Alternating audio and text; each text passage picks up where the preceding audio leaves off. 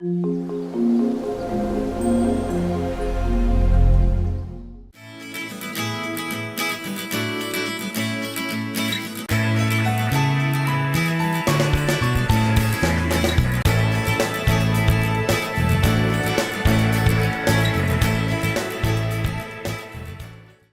crafty friends, it's Melinda from mypapercrafting.com. Today I'm going to share with you how to make this super cute little flower, dimensional, and I made it with the Dahlia Burst stamp set and the Dahlia Burst die set from Fun Stamper's Journey.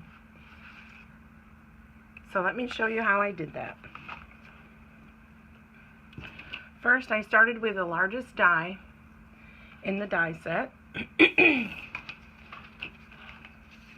and I just cut it out of some whipped cream cardstock. So in order to make this cute little rolled dimensional flower, I just went ahead and used my shears. And I kind of started with this biggest point because you can kind of see how this one kind of sticks out more than the others. And I just cut into it, excuse me, about a half an inch. And then I just started going along the same edge and outline as the die. And I just kind of went back and forth, kind of like how the edges of the die already are. And just kind of trying to keep a gauge of about a half an inch or thereabouts. You just want them to stay about the same, because that will help with the rolling later on. And as you can see, my peaks and valleys in my cut, there's no definition to them. There's no specification as far as every half inch or every quarter inch. I'm just kind of going back and forth, excuse me, until you get to the end there. Okay, and so now you have your die looks like this. So then I'm going to go ahead and ink my die, and here's where you can use any colors. I'm going to use a Lemon Drop Fusion as my base color, and I'm just going to go ahead and work it along the bottom edge. And what I mean by bottom is just where I cut that bottom edge of the cut. Okay, and as you can see, I'm not being very careful about where I'm putting the ink. I'm just kind of getting that bottom edge. Okay. So then for my next color, I'm going to go ahead and use Rich Coral. And for this one, I'm going to go on the outer edge. And it's a direct-to-paper ink technique where I'm just using my dauber and just brushing some ink on.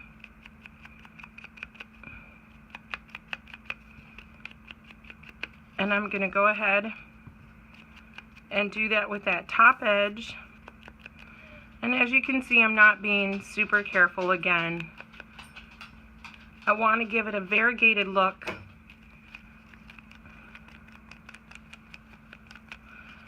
Okay. Okay, now you don't have to, but you can kind of turn it around and do the outer edges of the other side, because as you're rolling the paper, depending on how tight you roll it, you might see a little bit of that outer edge, but not too often. I just go ahead and do it because that way when it's on whatever your finished project is and there's dimension to it, if somebody lays it flat, they're not going to just see the complete white underbelly or under edge. Okay, so there's that.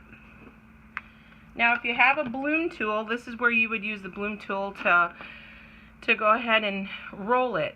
I don't have one, so I'm just using it's for oh, I can't think of the name of it at the moment, but It's for when you roll paper tight. Oh my gosh, I can't think of the name of it. If I think of the name of it, I'll put it on in the video. But anyway, you're going to go ahead and you're just going to start at this outer edge. And then you're just going to tightly roll your paper together. I don't need to spritz it with water first or anything like that. And then you just want to keep the roll on top of itself. You don't want the roll to start twisting down at an angle. So you want to kind of try and keep it as flush as possible. Okay, and so I'm just rolling. And I'm just going to keep right on rolling.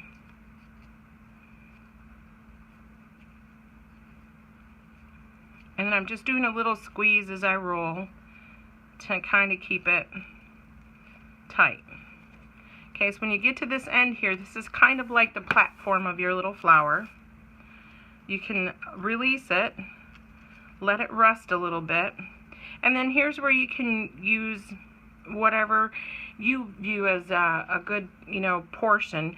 You can make it real loose, or you can keep it tighter, depending on just the look that you're going for and what you want to do with it. And then I just take some of our Journey craft glue, and I just put a little dollop here at the bottom. And then I'm just going to go ahead and press this down into that little pile of glue, and I'm just going to hold it so that it will set up. And then once it's done, it'll be firm on there. This craft glue works excellent. I'm very impressed with it. For being a liquid glue, it is definitely a superior glue. Okay, so that's it. It's held. And so here's one I did, the one, and here's another, and here's a few more that I did with some lemon drop, and then just a real light dusting of watermelon fusion, but I brushed off of it so that it would be really, really light and look like a pink, a soft pink color.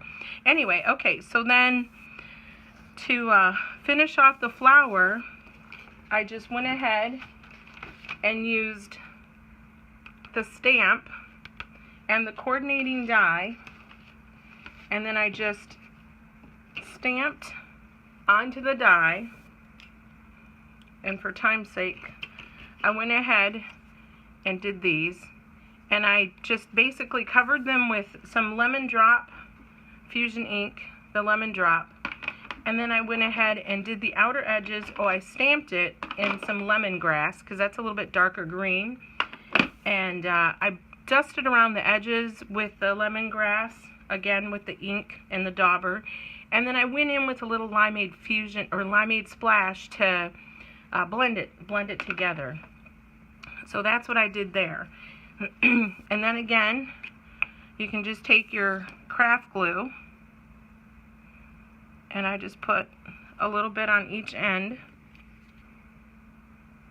Excuse me. To get the shape of my flower or leaf, I simply just took my nail and just kind of went along the main vein of the leaf stamp image and just kind of lifted up.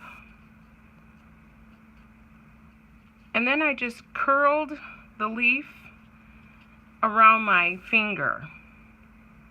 And I just kind of brought it up tight and then curled it. And that's all I did to give it just a little extra dimension. Again, I just went along that main vein to kind of almost like a fold. And then I just kind of curled it with my finger to give it a little shape. And then I went ahead and glued it. Oop, my glue seeped a little bit. And then here's where you can decide how, if you want the leaves to go across from each other, or I kind of like it this way a little bit. And so there you go. that's how I did these flowers. And as you can see, this one's rolled a little bit tighter than my first one. And this one's probably even a little bit looser still. So you can get some different widths. And then depending on how tight or how sharp you cut, you can get a little more of these pointed edges. And then if you want, you can just take your tool, or again, the bloom tool has a device for it, a nice thin one. And then you can just simply twist it and turn it. And then you can go through and just kind of give the different petals a little bit of a curve, and that gives them a little bit of a natural look. But that's pretty much how I created these flowers. So I love the idea that, you know, while you have the very obvious use of the die by stamping out the image, and I'll show you a card I'm working on soon with that, you know, that's the more obvious and traditional. You can get a little more mileage out of your die by doing this. Now I got one more flower to show you that I did with these dies. So for this one, I went ahead and used all 3 of these dies, and I cut them out in white, and then I just, here's the flower, and it's like this really gorgeous pretty daisy. And so what I did was I don't have all 3 of them cut here, but just for a quick, what I did was I went ahead and took each one of these 3, and then I just kind of cut going towards the center. And I just kind of cut all of them. But before I cut, I did ink the solid die. It's a little bit easier to ink it when it's solid. So I just went ahead and did this, and I mean, it's not perfect. I didn't do a perfect circle, but I just kind of cut in. And some of these aren't perfect. You can see I didn't cut exactly into the exact divot. And so I just did this for each die that I cut. And what I did to create this flower is there's 2 layers of the largest, 2 layers of the middle, and 2 layers of the smallest. And then here's where it's just got the first 2 layers. And so what I did was I just simply took them and I kind of made them opposite of each other. So like if this was the one cut, then I layered and staggered the second layer that way, so that these longer peaks would be across from each other to kind of balance out the flower. So you can see here again. And then having all 3 layers together really helps give the flower a more rounded shape. And for this one I did use the lemon drop and then just a real light dusting of the citrus cooler to give it a little bit. And then I just used one of the, I think it's called Toil and Treble Button, and a little twine for the center, but of course you can put anything in the center that you want. So this is just another flower. So these are just 2 extra flowers that you can get out of this amazing die set that are apart from the obvious use. So please visit my site, funstampersjourney.com/Melinda, MELINDA, to purchase your set. It would really help me out, and I would appreciate it greatly. And don't forget to visit me at my blog at mypapercrafting.com, where I will be sharing lots more ideas and some fun tips and some different things and some free SVG files and things of that nature that I share on there. So again, that's mypapercrafting.com. Thanks so much for watching. If you like it, please hit the like button and please subscribe. I would appreciate that greatly. In the meantime, you guys have a wonderfully crafty day, and I will see you soon.